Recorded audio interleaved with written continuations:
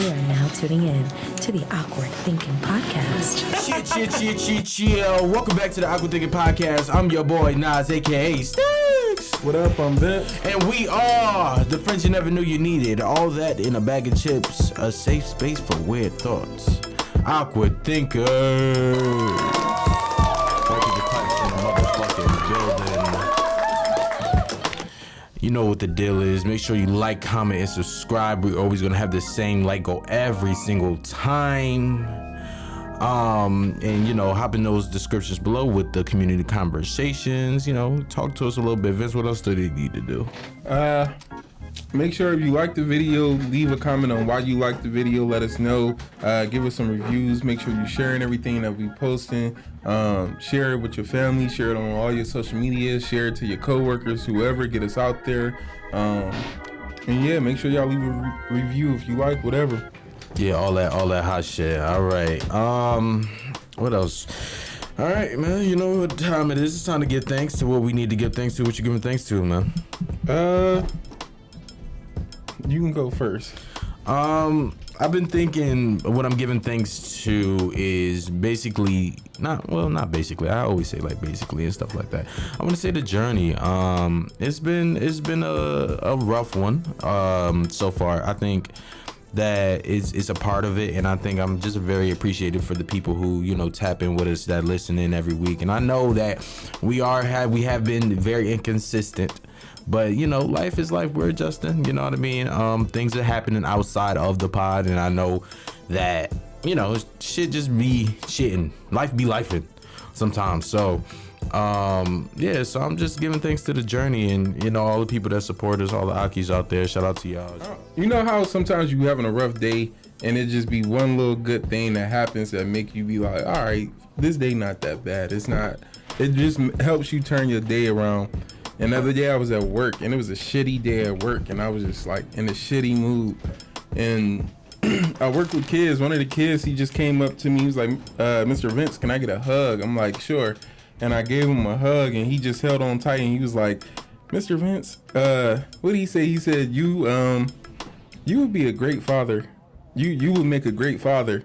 And I don't want kids or nothing right now, but that was really sweet. So I'm thankful for the moments that, you know, I don't know, we get a little joy or we get a little positive energy from something when we are down or in a negative mood or whatever. That was really nice. Was he white?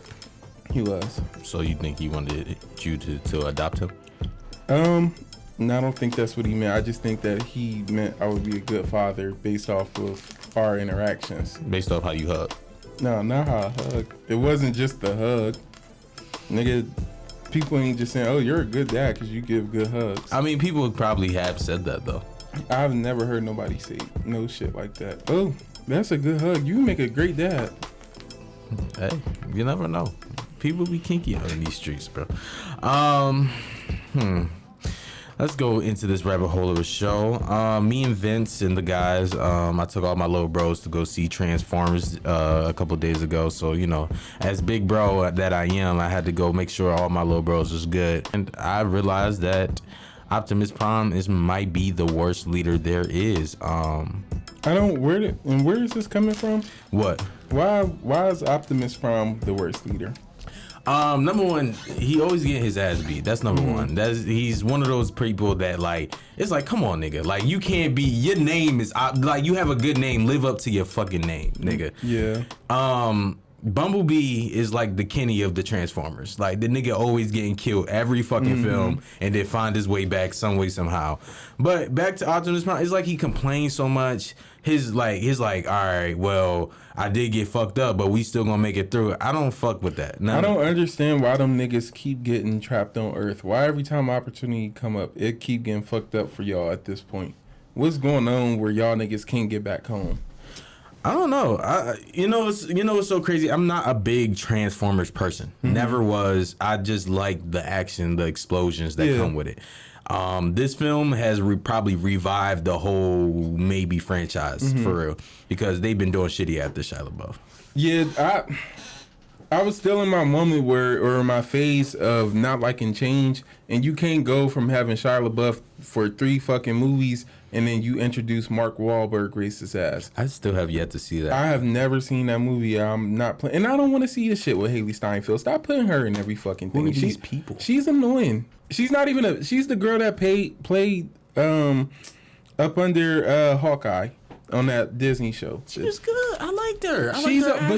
I feel like they just put her in everything now, and it's like I'm tired of seeing her. No offense, Haley, you're not a bad person, but and her acting is subpar at best. I don't know. Her Hawkeye performance is really good. I was convinced. I feel like her shit is not there's no depth or anything. I feel like her acting be like, oh, okay, I'm here.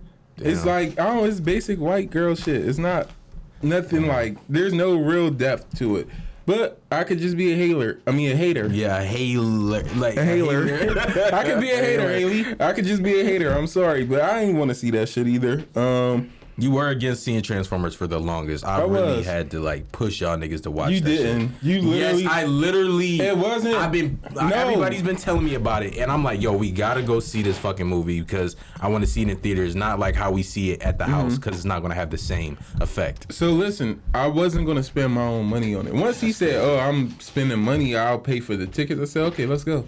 It wasn't no fight. It wasn't no, oh, I can't go. I can't do this. As soon as you said you was paying for the tickets, I said, fuck it, let's go. It's a free movie on you. And you know what's so fucked up? I was cleaning my room. This is why you should clean your room, ladies and gentlemen. I found that other fucking ticket, that other free ticket. That would have came in so clutch for that fucking day. But this is for another rainy day. But overall, the movie was great. It was all right. It was great. It was all right. It was for what we've gotten. It was a good movie. It was not a great movie. It was a good movie. It was good. It was a great movie. It was good. It was a great movie. It was a good movie. What made it not great? I wouldn't say what made it great. That's my question. What made the movie great? Because it wasn't. I wouldn't even say it's better than the first ones. The soundtrack was very matchable. I liked how everything flowed together. Okay, what about the movie though? The movie, and that's a part of the movie though. That's the soundtrack. That's a small part. I'm talking about the actual movie. When you have to watch the movie, what stood out to you that was like, ooh, this is good? I liked how it wasn't the same romance story that like how Shia LaBeouf and Megan Fox had. Not like, Megan. That was Megan Fox. Yeah, I was about to say Megan right. Good. So it was like it wasn't the same romance, and it was like, all right, it wasn't like they was forcing it on you. I think this was good. Like it was great for what we've gotten. Like if you giving me, let's say, what is something that's like I get every fucking day. If you're giving me like Cane's has a standard thing and they're not gonna change it. This was like, oh, Cane's with Cajun seasoning on top of that bitch. That's what it was. It was the same thing, but it made it a little better. Yes. Are you sure? I'm positive. Cane's occasion season. Okay. Yes. Did you want to talk about Don't Cry For Me? I did, but you're gonna be mad at me though. Well, you ain't finished it? I got like 2 hours left. I was really trying to finish it at work. Like I was trying to like everybody was like, "What's wrong with you? What's wrong with you?" Like I was like, "Nothing. I just really want to finish this book. Like that's all I want to do." But then I think I was like my mood, since I was like serious trying to get it done. Everybody was like making me more annoyed because it's like, "Oh, you're kind of dampering the mood." But I'm like, I'm just chilling. I don't know why people don't be understanding that sometimes. Like I go through that a lot. Like I listen to the book. Like at work, I listen to books, I watch shows, I'm listening to music. I got the free time to do that and the space to do that at work. And sometimes it gets annoying when somebody walks in and it's like, if I'm listening to a book, I just feel like, don't talk to me. You hear it going, you hear something playing. All you got to do, what are you doing? Who, me? Yeah. I'm looking for my phone. I was just looking for my phone, but let's go ahead, finish what you're saying. You doing, like I'm listening to a book. If I'm listening to a book, why the fuck don't come in and start talking to me? Like, or at least, like, and people will hear it going. And I try to be short with people because I'm not trying to be rude. So I'll be short with people and just be like, oh, well, yeah, I'm listening to a book. Or they'll like ask questions. I know. It was in my pocket, y'all. They'll ask questions and shit. And I'm like, bro, I'm listening to a book right now, or I'm watching a show. You see the show. Oh, what you watching? A movie. I'm watching this. Oh, okay. Well, what about this? What's going on? Or how are you doing? I don't give a fuck to talk right now. You know I don't give a fuck to talk. Why are you bothering me? Mm-hmm. I feel like people need more social awareness. Yeah, like I don't know, like I can't be me 24/7. Yeah. I literally, like, I know everybody wants the personality to come up and be like this, X, Y, and Z, but sometimes, nigga, I want to chill. Mm-hmm. Like, I want to relax. Like, sometimes I'll go mute. Sometimes, and I told my coworkers that. I said some days I might be like on a high. Some days I might just be like, all right, everybody get the fuck away from me right now. Like, that's it. It's just normal human interaction type shit like that. But I feel like don't demand 100% from me every day. Yeah. I don't like that. I don't. For your benefit. Yeah. And that's what it is. Because sometimes it feels like it's not even for this. It's just specifically for your benefit. This isn't us having a conversation, us going through whatever we about to go through isn't for anything. Mm-hmm. If you bored, motherfucker, do what I'm doing. Watch something. Yeah. Pull something up on your phone. Go look at it and be like, oh, okay. Entertain yourself. Read a book. Listen to something. But it be times like if I walk into a room and I see that you focus on something, I'm going to say something real quick, leave it at that, and then I'm gone. Once I notice that you are doing whatever you're doing, I'm done. Mm-hmm. I ain't trying to bother you. And then one thing, I feel like I'm young. Everybody at my job is a lot older than me. So sometimes I feel like I'm teaching you shit. I shouldn't be teaching you shit. Oh, we're not about to talk about this guy on this motherfucker. No, not. I don't know. No, I mean, in general, I'm teaching grown ass people how to like interact. Like, yeah, that's true. You ain't gotta ask me 20 fucking questions. But you know why it goes into the book a little bit though. It's just like how a person's stuck in their fucking ways. From what I've read, it's like literally a person was stuck in their fucking ways. And as I'm going listening to the shit, and I'm like, yo, you are the fucking problem. Like, you don't see that you're the problem to the wife. He didn't at the time. But that's what I'm saying. And he's also saying it while he's writing it though and reflecting. He's saying, damn, I was the problem. I ain't hear it. Like, he ain't say like, he was saying like, nigga, maybe I was like this. But no, it was times you need to listen to the fucking book. I'm listening to the book. There are specific times where he say, this is where I was wrong. He said, looking back, I was dead wrong at this point. There was no reason for me to do this. I was wrong. Or I did this and even though I did this, I shouldn't be, because you got to the point, right? Where I got to the point where he's cheating on his wife. And I got to the point where the Annie thing, where the little boy was wearing an Annie wig for the play. And then I got to the point where she had the abortions. Yeah, so I'm 50% there. I'm almost there. I'm almost done. You almost. I'm almost done. Because that last little bit, them last 2 hours is enough right there. Like, them last two. In the book, so the book is called Don't Cry For Me. And the motherfucking book is a gaslighter. Because, like, every chapter is a heavy-ass chapter. And, like, I don't know if I just feel like if you've experienced certain stuff and like went through certain things, it's easy to relate. Like, even just the relationship that he has with his father, or the relationship that he has with his son, and he's explaining like this is the way I think, and this is just how I was raised, and it's not me trying to be an asshole, but I'm just trying to help you and prepare you for the world. And to see that interaction between them, and then to know like the father thinks what he's doing is right, and he's thinking I'm just helping you and I'm getting you ready and shit, and the kid is like, nigga, it's not how you grew up. It's different now, even though it wasn't, because that, like, while we're reading and listening to it, things are taking place, I want to say in the 70s? 60s. In the 60s. Well, it's 60s, 70s. Yeah. It's like... But when does the little boy start growing up? In the 80s? 70s. I feel like he grows up in the 70s and into the 80s, I think. Yeah. And so, like, listening to it, you hear a lot of stuff. And so, like, what it is, the son is gay. Yeah. Well, I think he is, yeah. So, yeah, the son is gay. And, like, the father is basically just talking about the relationship that him and his son had. And he starts by describing, or just starting about his relationship with his brother, with his grandfather and grandmother, and then builds it up to the point of this is how I met your mother. This is how when we had you. This is what we was going through, all the way up until the current moment where he's at right now, in life and shit. And go ahead. My bad. Go ahead.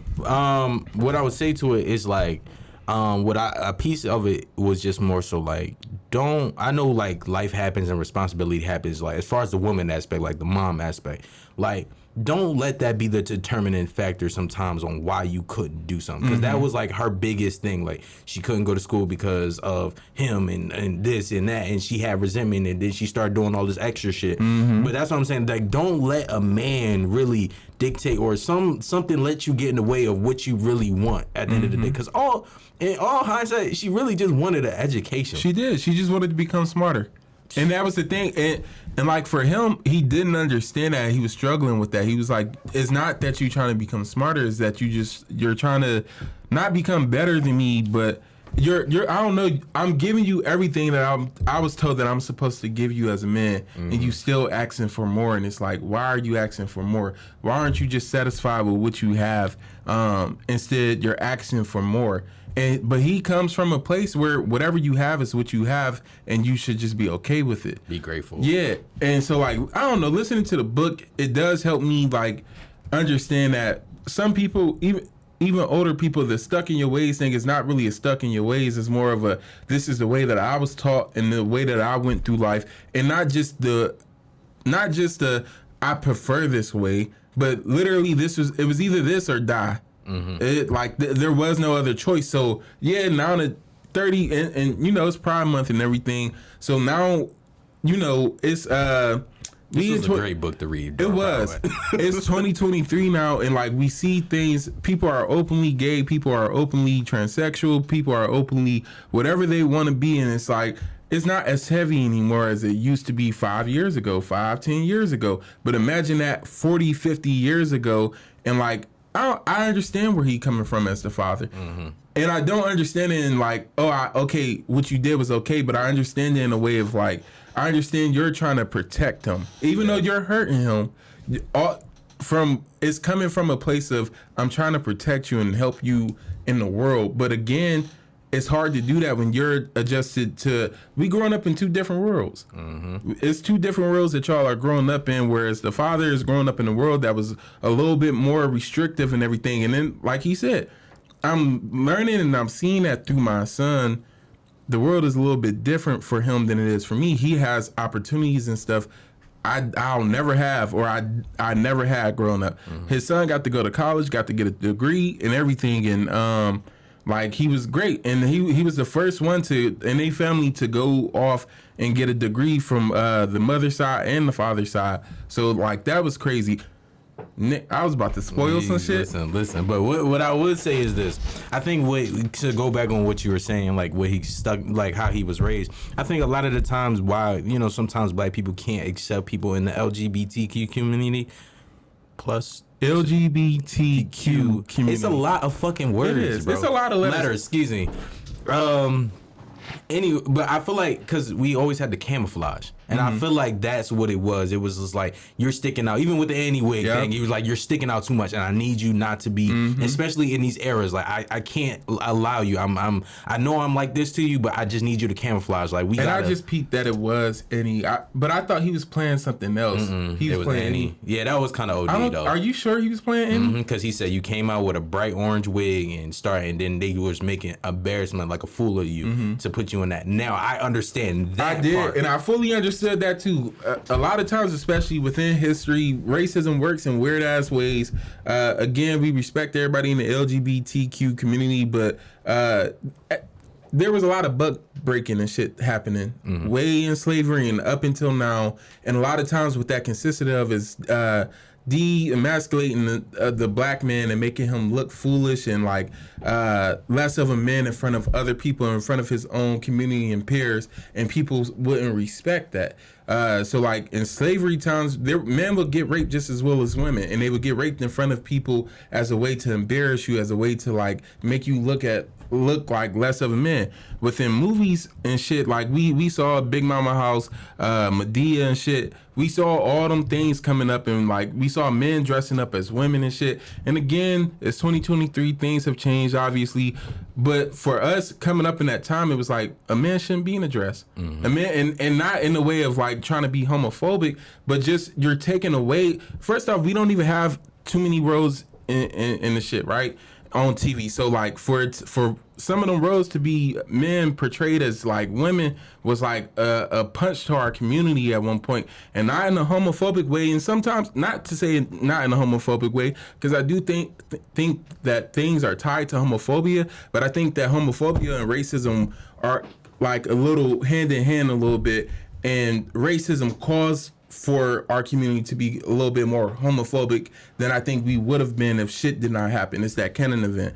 If certain shit wasn't going on, I think that black people as a whole, we would be more open and to accepting people of all different sexualities if we weren't so restricted ourselves at one point. And then, like you said, having the camouflage and everything, and now you got my son out here on the stage dressed up as a girl singing and shit, as this little girl, as his at one point in time, a little white girl. Now you got my son portraying them.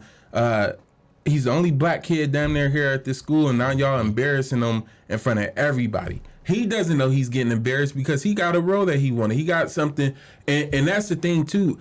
As a kid, you should have that freedom, and that's what they talked about in the book as well. You should have that freedom to be able to do those things and to be able to live like that with no judgment, no worry. A kid should have that kind of freedom. But for the parents watching, it's like they're attacking us damn near. I'm watching them kind of try to destroy you in front of me, and I don't want that for you. Yeah, I think even with that, like that part, like the book was just like, sometimes I was looking at it like with the pronoun shit, all right, like the they, them, all that stuff, and I think I was becoming an old man in that. I'm like, I don't understand that shit. Like, why this happened? And am I a millennial? I don't know what I am. I don't know what we are. I don't know what I am. But I do. But going back to it, I was saying more so like it just gave you a perspective of like, how do I want to word it? Like, it's just not to be in that mind frame no more. Like, just to be like, you know what? That's just the way of the world right now, and that's just how we just gotta go. Now, some things I'm not gonna lie. Some things I was agreeing with the nigga on. A lot of the, just the responsibility part. Like, no, it wasn't. Not that, the reading shit, and I think that is so fucking pivotal right now. Like, I feel like niggas really need to pick up a book again. Yeah. Like, for real, bro. Like, even with people with podcasts, anything that you got to speak about, like, that's what I thought. I was like, bro, I need to read more because you get so much more out of it. And some nigga was like, y'all niggas are dumb. Yeah. Y'all niggas are fucking stupid. I'm not going to keep talking. Within the book? Yeah. Because the dude is his coworker within the book. He's trying to explain to them, like, he's talking to them saying, educate yourself, bro. Pick up a book and read more instead of just listening to the shit that's on the radio and the shit that you see on the news right now. Pick up a book and read from read from our people, like Malcolm X and this and that. And they like reading over the Malcolm X book, and he telling them like, yo, Malcolm wasn't for everything that you thought he was for. He was doing this and he was doing that, but Malcolm is still this kind of person. And he told him like, go read the fucking book. And it took him, and then dude had to read The Color Purple until he. Did you get to that? I don't care, but I'm still gonna listen to it. I'm not one of them guys. Okay, so it was The Color Purple, and at one point I watched The Color Purple as a kid, and then like when I became a teenager, I heard something that made me look at it a little bit differently. Just the fact that the author, I think her husband is a white man, and then it was like, you portrayed these black men the way that you did. And so like for me, for a few years, I had carried like, not what's that one shit called? A little prejudice against The Color Purple. Like I was like, I'm just not gonna watch that shit. Never seen it. Really? Never. You weren't sleeping. But as someone who's seen the shit 40,000 times already, like reading in that part of the book, he picks up The Color Purple and he begins to read, and of course, from the book, he's reading from Cilly's perspective. And even when you watch the movie, well, you don't know who Cilly is. I know key people, but I just never watched the film. So you're reading it and you're, where am I at? For him, he's picking up the book and he's reading from her perspective. And I think that's why books are so powerful, because they do place you in a different mindset. They place you in somebody else's shoes. They place you in somebody else's world, and you can understand a little bit more of them. And through that, he was able to finally understand like some of the shit like women go through, like what his wife was talking about the whole time, and like just how having certain issues within our community with black men and black women, and certain things like women not feeling like they had enough voice within our community, women not feeling like they had enough power and everything, women feeling like they didn't have enough respect, which should be key within our community, right? Mm-hmm. So it was that, and he was like, he got to a point where he was reading it and he broke down crying reading it, because he just understood where his wife was coming from the whole time. He finally got to a point where he could understand where his wife was coming from. And he walked in one day and his like he showed it to her. He was like, yo, like he was like, that's The Color Purple? He's like, I'm reading that right now. She was like, Nick, you reading? Oh, yeah, because he wasn't reading. He was only the son and the mom read. That was the only two people that read in the house. And so like I don't know, bro. Take yourself out of ignorance. If you don't know something, if you don't know something about a group of people, a community, whatever, take yourself out of ignorance and read. Get to learn about people. Pick up some shit, bro. Just start picking shit up and reading. That's what I've been doing a lot. And reading, I feel like reading and listening to shit has changed the way I look at the world in certain perspectives. Mm-hmm. I've been able, like the book, it helps. It helps. It's a lot for right It's now, a lot of self-healing when you read these books as well. Like, Don't Cry For Me was a good book. It was like shit. Like, we about to start y'all niggas on the book club. We about to have an awkward thinking book club. Literally, because like it's the part where like I never played with toys and shit. Like we didn't have fucking dolls and shit. But there's a part where he's playing with the Barbie, right? That's Or he's playing with the doll, and he goes to kiss the doll to make the doll feel better. And his father just happened to be there at that time. And I just feel like I feel like there's shit that we've done as kids that was sus, and a person just happened to be walking in at the wrong time, and it's like to that's embarrassing. And it's like to have somebody look at you and then you see like disappointment in their eyes, or like with him in that situation, it wasn't just disappointment. You don't do that. You don't kiss a this and that. Yeah. And he broke the thing. And that's very traumatic for that kid. Like, I know, like he said, I know this is a moment that stuck with you forever. And so, like, there are moments where, again, because of the shit that I went through as a kid, I look back and I can see those pinpoints. I can pinpoint those memories and be like, I remember when this happened. I remember when that happened. I remember how I felt in this moment and shit.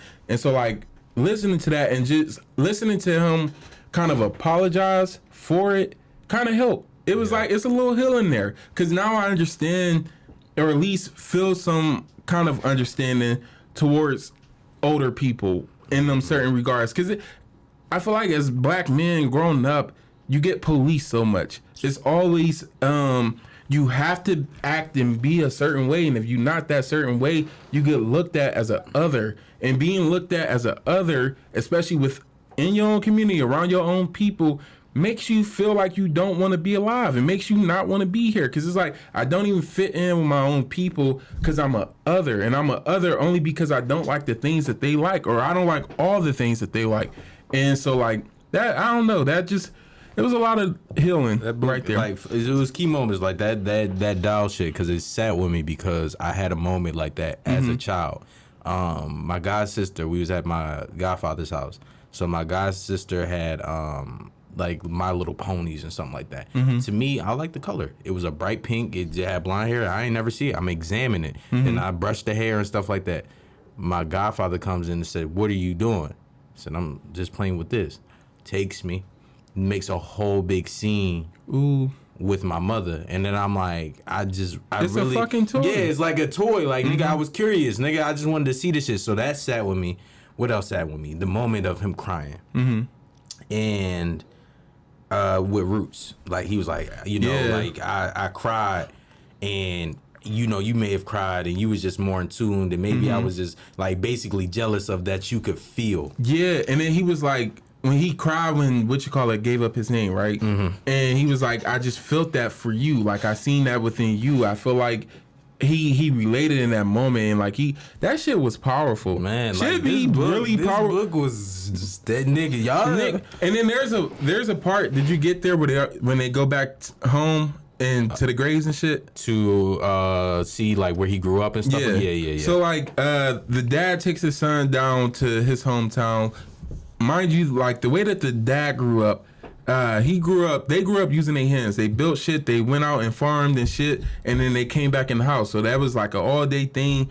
And then he moved to the city and shit where things were different. Again, now you out of your own surroundings, you somewhere else, and you trying to adapt to this whole new world while your son is being born in it. And there's no need for adaptation for him because he's been born into this world. Whereas you grew up differently. So now you got to come in and you got to understand how shit works. And so that's a little journey for you. But he takes his son back home, and like they go on a little road trip. It was a great road trip too. And like they go visit the house. Then he goes to show him like, Skipping rocks and shit. Yeah, they skipping rocks together and shit. Then he goes to show him like the gravestones and stuff, like where his brother was buried, where his grandmother and grandfather are now buried, and like it's other stuff too. I'm not gonna reveal that, but or do you know that already? I probably didn't get to that part. Like further than that to that part. So like his son gets there, and his son is like very spiritual and stuff. And mind you, his son is like still 14 15 at that time. But his son is like talking. Like he's talking to the, like just out. Like just talking to the land. And he's like somebody's having a conversation with him, and he's turning around and he's like basically talking to his father and telling his father like, well, yeah, grandma's okay. Like great grandma's okay. She's happy that like you brought us down here, you brought me down here. She's happy, this and that. He's like, okay, I've kind of feel your brother, this and that, or like, and your granddaddy, this and that, and like he's talking to him, and like the father gets to feel through his son. I feel like in that moment, and like they connect, and he's like, I see that you have something, like I don't know, like you have something in you, and like he appreciates that, and then he goes on to like paint a mural of what he saw, and like the father was just like speechless watching, like when he went to his art show. Yeah, I think with a lot of, and this is my last point to it, before we get up out of here, it was another thing, like not every nigga is going to like sports, like not everybody is gonna like that shit, and I think I still deal with that shit to this day. Like people are like, oh, you don't watch sports? I occasionally watch. I know some, but I don't. That's not my end all to be all. I don't care for it. I'm a type of nigga. I want to see water. I want to see paintings. I want to see all this different artsy shit. You know what I mean? And it was just like, I don't know. It just gave a just like not. And the mom was so understanding. Like not every man is gonna like this. Not everything. I mean, she probably knew what was up with the son. But No, you didn't get to that point yet. I ain't get to that point yet. Yeah, I ain't get to that point. See, I'm ignorant. I'm 2 hours ignorant. But yeah, that was my only point to it. Like, you know, it's a shame. I don't know. My last point, I really do want to say this part. We're not going to probably see, we're the change. Yeah. That's what I want to say to it. We're the change. Like all this, like with the pronouns and what we're seeing now, that is the change. Do we expect our parents to understand? No. Because that's not for them. They changed for what they needed. It's whatever they was set here to do. We got that little bit of change. What we thought was ignorant and what we couldn't understand, now is our time to change, and it goes like that. We will probably never see that in our lifetime. That because it's, you know, when stuff is in your face, you will never fully see it until you're like gone for a while. You know what I mean? But I feel like that's what his intentions on being to break curses and stuff like that. I've always hated not being like a let me rephrase that. I've always hated the expectations that people put on me by being a bigger person. because me being big, everybody expected me to always play football, and that was like the first thing people approach whenever they talk to me. Before even, hey, whatever, it was always football, football, football. And that shit, it got annoying. It got annoying real fast. And it was like, I feel like people stopped valuing me as a person and just looked at me as like, oh, you're supposed to be a football player. And then to hear somebody turn around, I don't know what the fuck be wrong with people, but well, you just big for nothing. Bitch, I'm not being, this isn't, like, it's not a factory. Well, it is a factory, low-key, but it's not, like, just because I'm a big person doesn't mean that that's all that I can amount to. It's so much more out here than just being able to use your fucking body for whatever. I have talents. I have a whole lot of other talents that I've been able to hone and everything other motherfuckers can't do because they did other shit. And that's not a bad thing, but, like, stop putting shit on people and then putting people in boxes. Yeah. Because that's the thing, like, a motherfucker tall, now all of a sudden they got to play basketball. If they don't play basketball, they tall for nothing. And it's like, bitch, I didn't ask to be tall. I didn't ask to be big. I'm just here. I'm chilling. And that's it. But all this, oh shit, it's 8:30. Yeah, we was that book done set us Shit, 20, I did not 30 see that. minutes. Yeah. But yeah, I never liked that. People don't like that shit. Stop approaching people on that. The book was a very, very great book. I definitely recommend Awkward go book club reading that. recommendations. Again, it's called Don't Cry For Me. Let me give you the By author's Daniel name. Black. By Daniel Black. Great story. Great story. Thank you to my coworker for giving me that. You did not give me that recommendation. My coworker gave me that recommendation. But go ahead, finish what you were saying though. Your next book, I would say Punch Me Up to the Gods. Punch me up to the guys. You want to know what my for real fast what my next book is? It's not a memoir, but something like that. Where's Libby? So we can get the fuck. Yes, up out make of sure you using the Libby app as well. You can sign up with any local library that you're around. You can get access to a bunch of free audiobooks and free books. If you like to be on the go, if you look at us plugging them, right? If you not a fucking sponsor, but literally, but if you like to be on the go and you like to listen to shit while you on the go, I listen to, like, I'll pull the app up and press play on a story or shit or some shit when I'm on the road, when I'm at work, when I'm at home. Whatever I'm doing, and it's a great way. You can multitask with this shit. You can listen to a book, clean up. You can listen to a book, work out. You can listen to a book and paint. You can listen to a book and cook. You can do so much by just listening. And like, this is like, you know how we be plugged in on our phones too much? This is one of them things that I feel like isn't a bad thing to be plugged into, because you're learning. There's knowledge in here, nigga. Find that shit and plug up. For real. If y'all got any book recommendations, please let us know. We open to damn near anything. Yeah. I definitely want books that are going to be about change, books that's going to help me grow as a person and shit. Perspective. Yeah, I definitely like perspective. I don't like too many trauma stories. Fantasy. But if it's one thing I say, this is not, like, don't get me wrong, there's not no happy ending in this, or there is a happy ending, but it's not like a happy ending the way, like, we always expect it to be. And I think being able to read these books and see these people go through the shit that they go through and then get to the end and be like, I'm here. It was not like the funnest journey, but nigga, I'm here and I'm still surviving. Not even just surviving, but I'm alive. I'm here. It makes you, I've been able to deal with accepting change a whole lot better by reading these books and shit. It's more, mine's next one is like a fucking politic book, like the Communist Manifesto and other writings. That's that. And then I'm also like another, like, not a self-help, but kind of like a self-help, The Perfectionist Guide to Losing Control. So I'm about to tap into that, those two. The first one because it's shorter, but the second one because it's like 10 hours. I'm trying to find like some shit that I've read that was just like really, really great. But yeah, if y'all listen, like smash that motherfucking like button, or tell us if we should start a fucking book club, because I would love that. Like, I would love that to be our thing on Awkward Thinking. Like, that would be fun. A nice fucking, like, I don't know what we'll call it yet. Y'all figure it the fuck out. But you know what was a great ass, especially for black men out there? The Awkward Black Man by Walter Mosley. I've great heard ass about book. that. I talked about it last time on the podcast. Great ass book, a bunch of different stories about black men who are awkward in different ways and going through life. And like all of them for the most part have a good ending for that black man. And it's not like it's like nonfiction stories and shit or fictional stories and shit. But that was a great book. I like that book. That was a book that lifted my spirits. Again, it's great to read and take yourself out of the mindset of what's in front of you and to just see, especially as a black man, to be able to see other black men in positive ways and being put down on a piece of paper in a positive way is really great.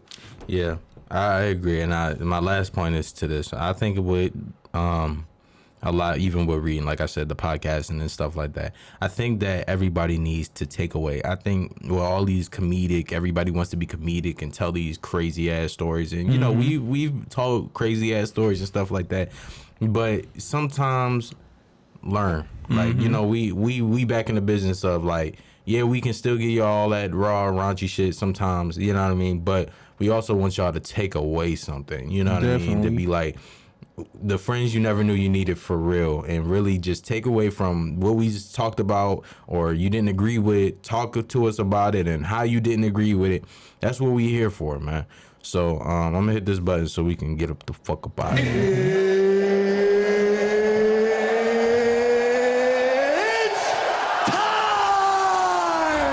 It's about that time where we leave you with a positive message to get through the end of the week. Is that?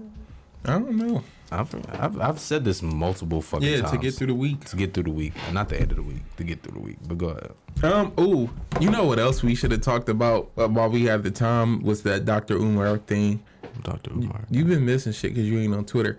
But Dr. Umar said something about men, like especially men who are older, not more established, but just men who are older, start taking up positions within our communities as leadership positions, as far as volunteering at schools, volunteering at the YMCA, volunteering at different programs that are where you're going to see little versions of yourself so they can see a bigger version of themselves and see like there are actually grown men who are coming in and trying to mentor us and help us. I love the idea that I think some of y'all missed a lot of shit that he was talking about and y'all jumped over conclusions and shit.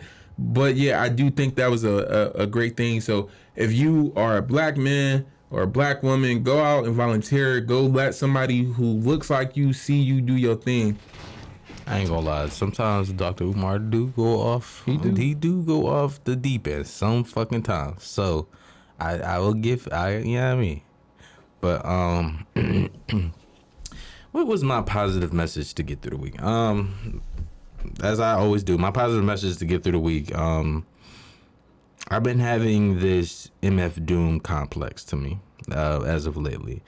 And I've been trying to figure out, like, you know, because people, well, if you don't know who MF Doom is, basically he was a person, he was a rapper, and he had this mask, and people really didn't know his face. He just made art, he made music and stuff like that. But the reason why he resonated with that character Doom so much is because Doom was kind of like an anti-hero, like in certain aspects and stuff like that. And I just want to say, like, to all that, to what I just said and all that, like, just really stay toward the path. Like, really, like, you're going to get a lot of people that's going to stab you in the back. You're going to get a lot of people that take your shine. You're going to get a lot of people that take your credit. You're going to get a lot of people that do half the shit that you do. And you know something my mom told me? She was like, let them take it. Like, literally, let them take it. Not like that. But, you know what I mean? Because when somebody's inspired by you, that should be the greatest gift. Literally should be the greatest fucking gift. And don't hold it like you just doing something right. Like, you just doing something right. That should be a one-up. Like, I'm inspiring people. Like, legit. Like, you know what I mean? Now, sometimes niggas do take your shit, and niggas will fuck you over. But, yeah. Just be inspired and take it with a grain of salt. Keep on your path. That's all I got. I don't got too deep this time. But thank you. I'm Nas. Shit, what the fuck? I'm Nas. I'm Vince. Thank you for watching Awkward Thinking. Make sure you tune in, like and share. Make sure you share this everywhere that podcasts can be shared or whatever. If y'all was fucking with the episode, let us know. Again, we need some book recommendations. So, and this is a clip for you, so you can clip this. I'm gonna clip it. We need book recommendations. We trying to start up a little book club with the Awkies. Let us know what y'all want to read. We can read and discuss it. We'll talk about it on the podcast, and then we'll talk about it with y'all. Yeah, that's nice. Listen, I love y'all, man. Thank you for being awkward with us. See you next week.